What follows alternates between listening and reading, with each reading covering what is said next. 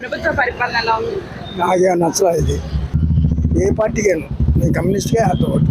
మీకు పథకాలు అందుతున్నాయా? ఏ పథకం లేదు, నాకు పింఛనే లేదు ఇంతవరకు. 70 సంవత్సరాలు పింఛనే లేదు నాకు. ఇంటింటికి వాలంటీర్లు వచ్చేస్తున్నారు, మీకు ఎవరా కాగితా పెట్టినా ఎవరా తిరిగి తిరిగి తిరిగి పోలీసారు. తాడేపల్లి నాది, ఇక్కడికి తాడేపల్లి గేట్ అక్కడ. కారణం ఏంటి? ఇల్లు ఉందని అక్కడ, నాది తాడేపల్లి ఒకటి ఉంది రైల్వేసాలలో, నా ఉందని ఎవరా.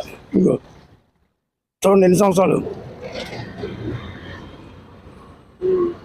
దానివల్ల లేదా.